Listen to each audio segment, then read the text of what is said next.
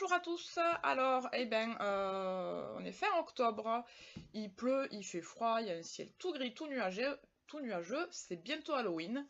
C'est le moment idéal pour vous parler de l'Apocalypse selon Satan, de Michel Chandelier. Alors, je suis contente de vous présenter ce bouquin aujourd'hui, parce que Michel a été le premier auteur indépendant que j'ai découvert, que j'ai donc lu, que j'ai donc chroniqué. Je n'avais même pas mon blog quand je l'ai connu, j'ai fait un petit article sur Facebook. Ce bouquin est très très très spécial.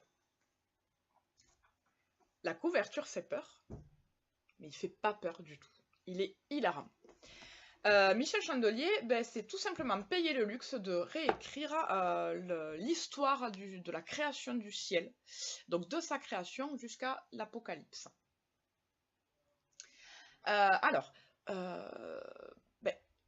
Il faut quand même qu'on mette le doigt sur le fait que le ciel, l'enfer, le purgatoire, ça a été quand même un sacré morceau à créer pour Dieu, même si c'est Dieu.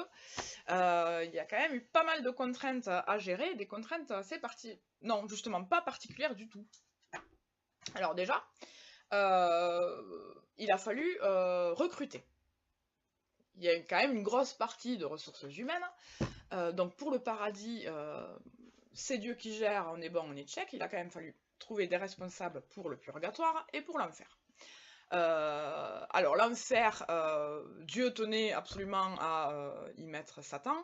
Satan, il faut savoir que à la base, il n'était pas super chaud, quoi. Il se serait bien vu ailleurs. C'est pas terrible l'enfer.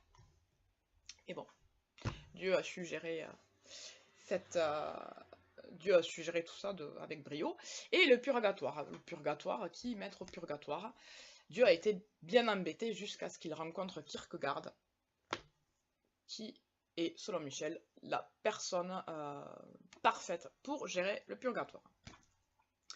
Donc voilà, des contraintes de personnel également, parce que il faut quand même beaucoup de main d'œuvre. Le paradis est quand même immense, le purgatoire, l'enfer. Il faut quand même pas mal de main d'œuvre pour gérer tout le bazar. Et les anges, contrairement à ce qu'on pourrait en penser, sont un petit peu tir au flanc. Pour tout vous dire, Dieu a une sacrée équipe de boulets. Et c'est pas simple pour lui de gérer tout ça. Donc des contraintes de personnel, des contraintes également matérielles. Déjà les nuages. Quelle consistance donner aux nuages?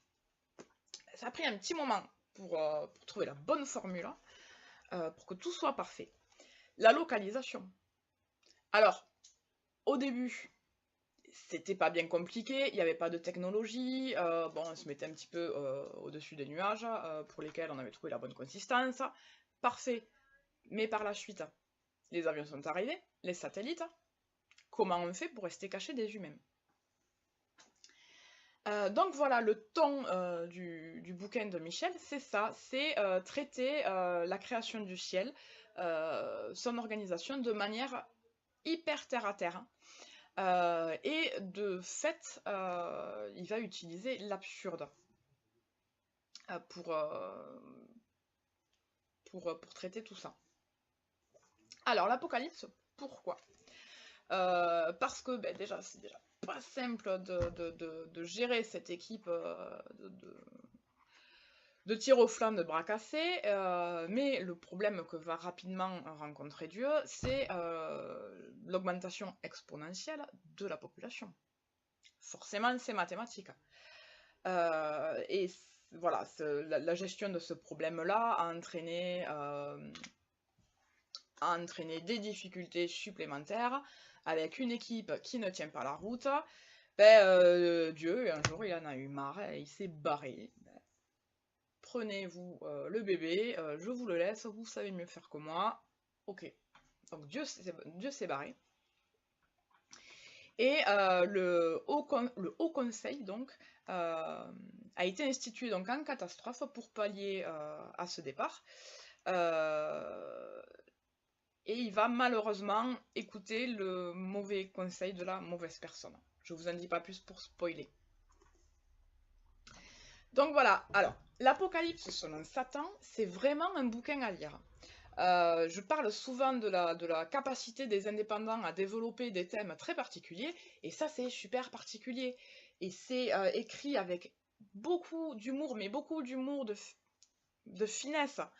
Euh, alors, dans ma chronique, que vous pouvez retrouver sur les partages de la bouquiniste.wordpress.com, je compare un petit peu l'écriture de Michel Chandelier à l'ambiance qu'a pu développer Alexandre Astier dans Kaamelott.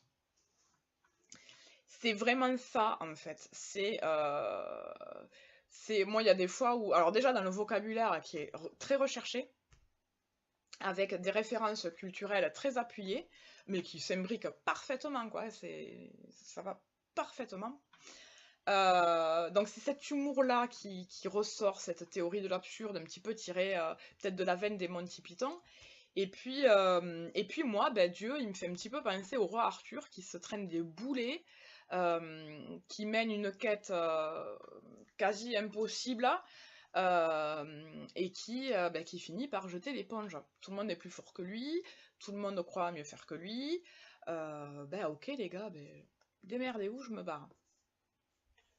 Donc voilà, alors moi je trouve que ce livre n'a pas le succès qu'il mérite.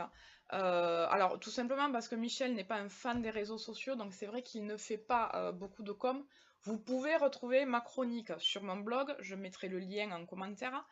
Vous pouvez retrouver le bouquin à la boutique et également sur mon site www.bouquinerie.me. Il faut vraiment le lire. C'est très intelligent, c'est très drôle, ça passe tout seul. Et je vous le conseille vivement en cette période d'Halloween, si vous n'avez pas forcément envie de lire des bouquins sur les zombies, des bouquins sur Satan, Dieu, Kierkegaard, le purgatoire, c'est parfait. Voilà pour l'Apocalypse selon Satan, pardon, de Michel Chandelier. À bientôt!